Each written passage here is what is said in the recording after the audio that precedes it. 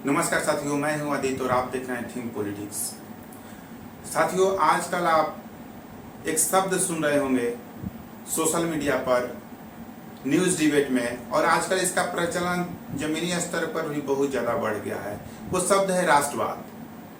तो साथियों, आज बहुत ही आसान भाषा में हम लोग जानने की कोशिश करेंगे कि राष्ट्रवाद होता क्या है, राष्ट्रवाद का अर्थ क्या है, राष्ट्रवाद के फायदे क्या हैं, और अंत में जानेंगे कि राष्ट्रवाद के नुकसान क्या है। कुछ आलोचकों ने राष्ट्रवाद की आलोचना भी की है, वो भी जानेंगे। राष्ट्रवाद राष्ट्र के प्रति प्रेम और लगाव की एक भावना है जो किसी विशेष भौगोलिक, सांस्कृतिक या सामाजिक क्षेत्र में रह रहे लोगों में एकता की भावना लाता है। साथियों, राष्ट्रवाद वो भावना है, राष्ट्रवाद वो शब्द है, राष्ट्रवाद वो छत है जिसके नीचे अलग अलग धर्म, जाति, समुदाय, क्षेत्र में बटे लोगों को एक कर देता है। साथियों, हमारा देश विभिन्न जाति, धर्म, समुदायों में बटा हुआ है, लेकिन राष्ट्रवाद ही एक ऐसा शब्द है जो सभी बटे हुए लोगों को एक साथ, एक मजबूती के साथ खड़ा करता है। साथियों, जिसमें राष्ट्रवाद का विकास हुआ रहता है वो व्यक्ति राष्ट्र के लिए अपने जान तक न्यौछावर करने में संकोच नहीं करता है। साथियों, जे.एच. रोज कहते हैं कि राष्ट्रवाद एक दिल की ऐसी खिड़की है जो एक बार बने तो कभी ना बिगड़े।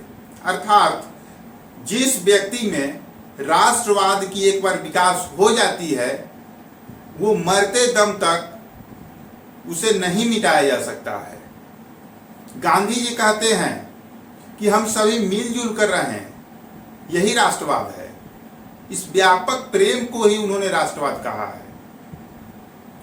साथियों, राष्ट्रवाद हमें हमारे देश के साथ साथ विदेश को भी, अंतर्राष्ट्रीय स्तर पर भी विकास करने के लिए प्रेरित करता है। जिस प्रकार कोई व्यक्ति अपने घर के सदस्यों से, अपने परिवार से प्रेम नहीं कर सकता है, तब तक वो बाहर के लोगों से भी प्रेम नहीं कर सकता है।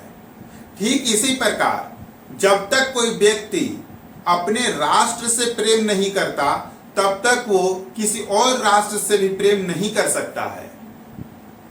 साथियों, राष्ट्रवाद राष्ट्र के साथ साथ अंतर्राष्ट्र को भी बढ़ावा देता है, विकास करता है। राष्ट्रवाद की एक और गुण यह भी है कि राष्ट्रवाद एक जोड़ने का तत्व है। हमारा समाज अलग अलग समुदायों में बटा है, लेकिन राष्ट्रवाद ही वो तत्व है जो सबको इकट्ठा करके एक कर देता है, एक राष्ट्र के लिए कर देता है, एक छत के नीचे ला देता है। साथियों, ये तो थे फायदे, लेकिन अगर दवा भी ज्यादा खाया जाए तो भी नुकसानदेह है। आइए जानते हैं राष्ट्रवाद के नुकसान क्या है। साथियों, राजनीतिज्ञ विशेषज्ञों का कहना है कि राष्ट्रवाद अंतरराष्ट्रवाद में बाधा डालती है, राष्ट्रवाद अंतर्राष्ट्रीय विकास में बाधा डालती है। क्योंकि अगर कोई व्यक्ति अपने राष्ट्र से बहुत ज्यादा लगाव करने लगे, बहुत ज्यादा प्रेम करने लगे, तो अपने स्वार्थ में ही रहेगा, अपने स्वार्थ के लिए दूसरे देश के बारे में नहीं सोचेगा और वो नहीं चाहेगा किसी और देश का भी भला हो सके। वो अपने स्वार्थ में ही रहेगा, अपने देश का ही भला चाहेगा। राष्ट्रवाद अंतर्राष्ट्रवाद को बढ़ावा नहीं देता है। कुछ विद्वानों के अनुसार, कुछ विद्वान कहते हैं कि राष्ट्रवाद से युद्ध की स्थिति उत्पन्न होती है। जब कोई व्यक्ति अपने राष्ट्र से बहुत ज्यादा प्रेम करने लगता है तो दूसरे राष्ट्र को वो दबाना चाहता है, कमजोर समझने लगता है और उस पर आक्रमण करके उसे अपना क्षेत्र का विस्तार करना चाहता है। ये तो थे साथियों कुछ विद्वानों ने आलोचना की है, कुछ विद्वानों ने अच्छा बताया, कुछ विद्वानों ने खराब बताया। अब आते हैं हम लोग निष्पक्ष होकर देखते हैं कि क्या राष्ट्रवाद सही है या गलत है, और एक एग्जाम्पल से आपको समझाते हैं। साथियों, राष्ट्रवाद उतना ही जरूरी है जितना कि दवा। दवा अगर आप एक्सेस मात्रा में लेने लगेंगे तो भी नुकसानदेह है। साथियों, अब तक का सबसे बड़ा राष्ट्रवादी हिटलर को बताया जाता है।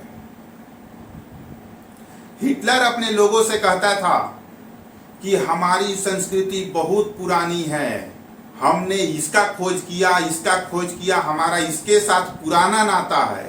भारत में भी कोई ऐसा बोलता है, हमारा नाता इसके साथ बहुत पुराना रहा है, हमने ये कर दिया है, वो कर दिया है। दूसरा बात वो क्या कहता था कि ये जो लोग हैं शासन में अभी, ये आए हैं तो हमारी आर्थिक स्थिति कमजोर हो गई है, गरीबी है, भूखमरी है, ये सब करता था।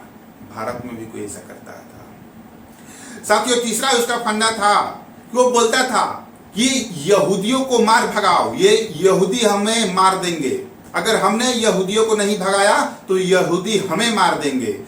ये उकसाऊ भाषण देता था और उस लोगों को उकसाता था कि हम लोग खतरे में हैं, यहूदी हमें मार देंगे, हमारी धर्म खतरे में है, हम मर जाएंगे, अस्तित्व ही हमारा नहीं बचेगा, इसलिए यहूदियों को मारो, यहूदियों को इस देश से बाहर निकालो।